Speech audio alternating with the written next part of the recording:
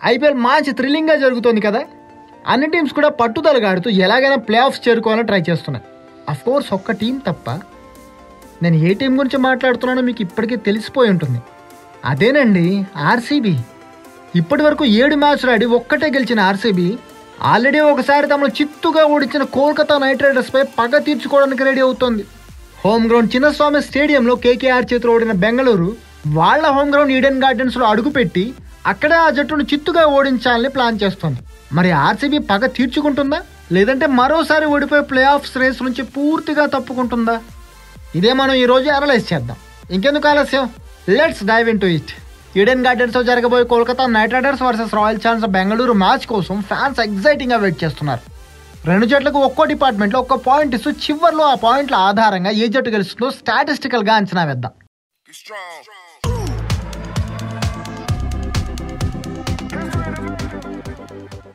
ముందుగా ఈ రెండు teams head to head history చూస్తే ఐపీఎల్లో ఇప్పటి వరకు కేకేఆర్ ఆర్సీబీ టీమ్స్ మొత్తం 33 మ్యాచ్లో తలపడ్డాయి.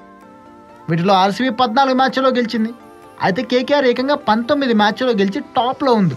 ఇక ఈ రెండు టీమ్స్ తలపడిన లాస్ట్ 5 మ్యాచ్లో 3 కేకేఆర్ గెలిచింది. గత సీజన్లో జరిగిన 2 మ్యాచ్లో ఆర్సీబీని చిత్తుగా ఓడించిన కేకేఆర్ ఈ సీజన్లో కూడా మొదటి మ్యాచ్లో ఆర్సీబీని 7 వికెట్ల తేడాతో ఓడించింది. దానికి తోడు ప్రస్తుతం ఈ రెండు టీమ్స్ ఉన్న ఫామ్ను బట్టి చూస్తే ఈ పాయింట్ గ్యారంటీగా కేకేఆర్కే దక్కుతుంది. ఇక ఈ రెండు జట్ల బ్యాటింగ్ పెర్ఫార్మెన్స్ గురించి మాట్లాడుకుంటే ప్రస్తుతం ఆర్సీబీ బ్యాటింగ్ భారం అంతా కూడా డీకే వికే ఇద్దరే మోస్తున్నారు. ఇన్నింగ్స్ స్టార్టింగ్లో కోహ్లీ, ఎండింగ్లో దినేష్ కార్తిక్ వీళ్ళిద్దరే ఆర్సీబీ బ్యాటింగ్ను మోస్తున్నారు. వీళ్ళిద్దరిపైన ఆర్సీబీ బ్యాటింగ్ అంతా ఆధారపడి ముందుకెళ్తోంది.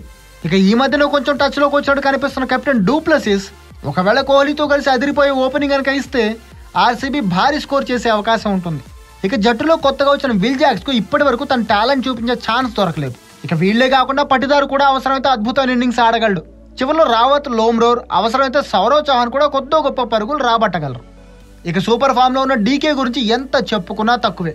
ఈ సీజన్లో కనీసం 200 రన్స్ చేసిన ప్లేయర్లలో డీకే స్ట్రైక్ రేట్ 205.45. ఇది అందరికన్నా ఎక్కువ. ఇక కేకేఆర్ బ్యాటింగ్ చూస్తే ఓపెనర్లు Phil Salt, Sunil Narayan super ఫామ్లో ఉన్నారు. నారాయణ అయితే బంతి కనబడితే బాదడానికే చూస్తున్నాడు. ఆర్సీబీతో జరిగిన లాస్ట్ మ్యాచ్లో కూడా నారాయణ అద్భుతంగా ఆడాడు. ఇక అదే మ్యాచ్లో వెంకటేష్ అయ్యర్ హాఫ్ సెంచరీతో సత్తా చాటినా ఆ తర్వాత అతను పెద్దగా ఆడింది లేదు.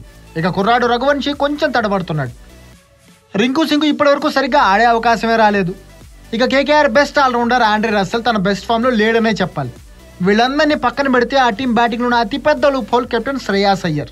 ఈ సీజన్లో కనీసం 100 బంతులు ఫేస్ చేసిన బ్యాటర్లో అత్యంత లో స్ట్రైక్ రేట్ ఉన్న సెకండ్ బ్యాటర్ శ్రేయాస్ అయ్యర్. అంటే కేకేఆర్ టీంలో అతిపెద్దమైన శ్రేయాస్ అయ్యరే అని చెప్పడానికి పెద్దగా ఆలోచించాల్సిన అవసరం లేదు. సో రెండు టీమ్స్ బ్యాటింగ్ కంపేర్ చేస్తే కేకేఆర్లో అయ్యర్ పెద్ద సమస్యగా కనిపిస్తున్నాడు. రఘువంశీ, వెంకటయ్యర్ పెద్దగా రాణించడం లేదు. సో ఈ జట్టు బ్యాటింగ్ స్ట్రెంత్ అంతా ఓన్లీ ఓపెనర్ల మీదే ఆధారపడుతున్నట్టు కనిపిస్తోంది.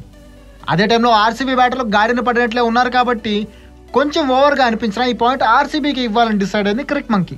ఇప్పుడు రెండు జట్ల బౌలింగ్ గురించి మాట్లాడుకుందాం. ఈ సీజన్లో అత్యంత చెత్త బౌలింగ్ ఉన్న టీం ఆర్సీబీనే, ఇందులో ఎలాంటి డౌటు లేదు. రీస్ టాప్లో యష్ దయాల్, లోకీ ఫెర్గ్యూసన్, విజయ్ కుమార్, వైశాఖ్, సిరాజ్ అందరూ సత్తా ఉన్నట్టే కనిపిస్తారు. కానీ ఒక్కళ్ళు కూడా అనుకున్న రేంజ్లో రాణించడం లేదు. వీళ్ళంతా గ్రౌండ్లో అడుగు పెట్టగానే పరమ చెత్త పెర్ఫార్మెన్స్ ఇస్తున్నారు. ఇదే ఆ టీంకు అతి పెద్ద సమస్య. అంతకుముందు సన్ రైజర్స్తో మ్యాచ్లో అలాగే కేకేఆర్తో మ్యాచ్లో కూడా ఆర్సీబీ కొంప ముంచింది బౌలర్లే. అంటే ఇంత చెత్త బౌలింగ్ ఉంది కాబట్టి ఆర్సీబీ కేకేఆర్ని గెలవడం ఇంపాసిబుల్ అనుకుంటే తప్పులో కాలేసినట్టే. ఎందుకంటే ఈ సీజన్లో అత్యంత చెత్త బౌలింగ్ ఉన్న రెండో టీం కేకేఆర్. ఐపీఎల్ చరిత్రలోనే భారీ రేటు కొన్న మిచెల్ స్టార్క్ కేకేఆర్లోనే ఉన్నాడు. ఇన్ని కోట్లు పోసి కొన్నప్పటికీ కేకేఆర్ తరపున స్టార్క్ ఇప్పటి వరకు ఒక అద్భుతమైన ప్రదర్శన కూడా చేయకపోగా ఏకంగా 10.54 ఎకానమీతో బౌలింగ్ చేస్తున్నాడు. విచిత్రం ఏంటంటే కేకేఆర్లో ఉన్న మిగతా బౌలర్లతో పోలిస్తే స్టార్క్ ఎకానమీనే ఎక్కువ. అయితే కేకేఆర్ స్పిన్నర్లు మాత్రం మంచి ఫామ్లో ఉన్నారు. నారాయణ్, వరుణ్ చక్రవర్తి ఇద్దరు పొదుపైన ఎకానమీతో బౌలింగ్ చేస్తున్నారు. స్పిన్ ఫేస్ చేయడం ఆర్సీబీ బ్యాటర్లకు కూడా కష్టం కాబట్టి కేకేఆర్ తమ స్పిన్నర్లపైన ఎక్కువగా ఆధారపడడం ఖాయం. అవసరమైతే మరో స్పిన్నర్ సుయేష్ శర్మను కూడా ఇంపాక్ట్ ప్లేయర్గా కేకేఆర్ తీసుకొచ్చే ఛాన్స్ ఉంది. అంటే ఈ రెండు టీమ్స్ బౌలింగ్ డిపార్ట్మెంట్లను కంపేర్ చేయడం చాలా కష్టమనే చెప్పాలి. ఎందుకంటే రెండు టీమ్స్ నువ్వా నేనా అంటూ పరమ చెత్త పెర్ఫార్మెన్స్ ఇవ్వడంలో పోటీ పడుతున్నాయి. అయితే స్పిన్లో నారాయణ్ ఫుల్ ఫామ్లో ఉండబట్టి కేవలం నారాయణ్ని చూసి ఈ పాయింట్ కేకేఆర్కి ఇవ్వాలని ఫిక్స్ అయింది క్రిక్ మంకీ. ఇక ఈడెన్ గార్డెన్స్ పిచ్ గురించి మాట్లాడుకుంటే ఈ పిచ్ మీద ఇప్పటి వరకు ఈ సీజన్లో 3 మ్యాచ్లు జరిగాయి. వీటిలో 2 మ్యాచ్లో మొత్తం 4 ఇన్నింగ్స్లో 200+ స్కోర్ రికార్డ్ అయింది. ఒక మ్యాచ్లో మాత్రం లక్నో జస్ట్ 162 రన్స్ చేయగా ఈ స్కోర్ను కేకేఆర్ చాలా ఈజీగా 16 ఓవర్స్లోనే చేసేసింది. అంటే ఈ మ్యాచ్లో కూడా భారీ స్కోర్ పక్కా అన్నమాట. ఇక రీసెంట్గా సన్ రైజర్స్తో జరిగిన మ్యాచ్లో దంచి కొట్టిన ఆర్సీబీ బ్యాటింగ్ లైనప్ చూస్తే ఇక రీసెంట్గా సన్ రైజర్స్తో మ్యాచ్లో దంచి కొట్టిన ఆర్సీబీ బ్యాటింగ్ చూసిన తర్వాత ఈ పాయింట్ ఎలాంటి డౌట్ లేకుండా ఆ జట్టుకు ఇవ్వాలని క్రిక్ మంకీ డిసైడ్ అయింది. ఇక మ్యాచ్లో చాలా ఇంపార్టెంట్ అనే టాస్ గురించి మాట్లాడుకుంటే ఈడెన్ గార్డెన్స్లో సాయంత్రం మ్యాచ్ అయితే కొద్దిగా మంచు ప్రభావం ఉండొచ్చు. కానీ ఈ మ్యాచ్ జరిగితే మధ్యాహ్నం కాబట్టి పిచ్లో పెద్దగా తేడా ఉండదు. అందుకే టాస్ గెలిచిన టీం ముందుగా బ్యాటింగ్ చేసి ఎలాగైనా 200+ స్కోర్ చేయడానికి ట్రై చేస్తుంది. ఈడెన్ గార్డెన్స్ హోమ్ గ్రౌండ్ కావడం, ఇక్కడ కేకేఆర్కు బెస్ట్ రికార్డు ఉండడం ఆ జట్టుకు పెద్ద ప్లస్ పాయింట్. అయితే బలమైన బ్యాటింగ్ లైనప్ ఉండడం ఆర్సీబీ బలం. ఒకవేళ కేకేఆర్ భారీ స్కోర్ చేయడంలో ఫెయిల్ అయితే కసితో రగిలిపోతున్న ఆర్సీబీ బ్యాటర్లను ఆపడం ఆ జట్టుకు అసాధ్యం. సో టాస్ ఏ జట్టు గెలుస్తుందో ముందే చెప్పలేం కాబట్టి, అలాగే టాస్ గెలిచిన జట్టుకు పెద్దగా అడ్వాంటేజ్ ఏమి ఉండదు కాబట్టి 2 జట్లకు చెరో పాయింట్ ఇవ్వాలని క్రిక్ మంకీ అనుకుంటోంది. ఇక చివరిగా ప్రెడిక్షన్కి వెళ్లే ముందు ఈ మ్యాచ్లో కీ ప్లేయర్స్ గురించి ఒకసారి మాట్లాడుకోవాలి. ఈ మ్యాచ్లో ఆర్సీబీ లేదా కేకేఆర్లలో ఏ జట్టు గెలవాలన్నా ఆ జట్టులోని కొంతమంది ప్లేయర్స్ రాణించడం పైన ఆధారపడి ఉంటుంది. ఆర్సీబీలో కోహ్లీ, డీకే, డూప్లెసిస్ కనుక సన్ రైజర్స్ పై ఆడినట్లు మెరుపులు మెరిపిస్తే గెలుపు ఖచ్చితంగా ఆర్సీబీదే. అదే టైంలో నరైన్ సాల్ట్ కనుక మరోసారి తమ మ్యాజిక్ చేసి స్పిన్ సరిగా ఆడలేకపోతున్న ఆర్సీబీ బ్యాటర్లను బోల్తా కొట్టిస్తే విజయం ఖచ్చితంగా కేకేఆర్దే.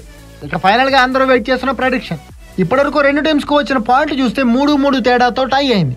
అంటే ఈ మ్యాచ్లో కూడా విన్నర్ను డిసైడ్ చేయడం పెద్ద సమస్య అన్నమాట. అయితే ఆర్సీబీ కనుక చేజింగ్ చేయాల్సి వస్తే కోహ్లీ ఏం చేసైనా సరే ఆర్సీబీని గెలిపించుకుంటాడని మేము అనుకుంటున్నాం. అతనికి డీకే సపోర్ట్ చేస్తే వీళ్ళిద్దరూ కలిసి ఖచ్చితంగా ఆర్సీబీని గెలిపిస్తారని క్రిక్ మంకీ బలంగా నమ్ముతోంది. కానీ అది చేజింగ్ చేయాల్సి వస్తే, ఒకవేళ కేకేఆర్ చేజ్ చేయాల్సి వస్తే మాత్రం ఆర్సీబీ బౌలింగ్తో ఆ జట్టును అడ్డుకోవడం అసాధ్యం అనే చెప్పాలి. అందుకే ఈ మ్యాచ్లో విన్నింగ్ ఛాన్సెస్ కేకేఆర్కే ఎక్కువగా ఉన్నాయి. క్రిక్ మంకీ అంచనా ప్రకారం 60% కేకేఆర్కే గెలిచే ఛాన్స్ ఉంది. అయితే మా అంచనా ఫెయిల్ అయ్యి ఆర్సీబీ గెలిస్తే మేము కూడా మీతో పాటు చాలా హ్యాపీగా ఫీల్ అవుతాం. ఇది కేకేఆర్ వర్సెస్ ఆర్సీబీ మ్యాచ్కు సంబంధించి క్రిక్ మంకీ చేస్తున్న ప్రెడిక్షన్. మరి ఈ మ్యాచ్ రిజల్ట్ ఎలా ఉంటుందని మీరు అనుకుంటున్నారు? కామెంట్ చేసి చెప్పండి. అలాగే మా వీడియో మీకు నచ్చితే లైక్ అండ్ షేర్ చేయడం మర్చిపోకండి. మా ఛానల్ సబ్స్క్రైబ్ చేసుకుని మాకు కొంచెం సపోర్ట్ చేయండి. క్రికెట్కు సంబంధించిన మరిన్ని వీడియోలతో మీ ముందుకు వస్తాం. అంతవరకు ఆడియోస్.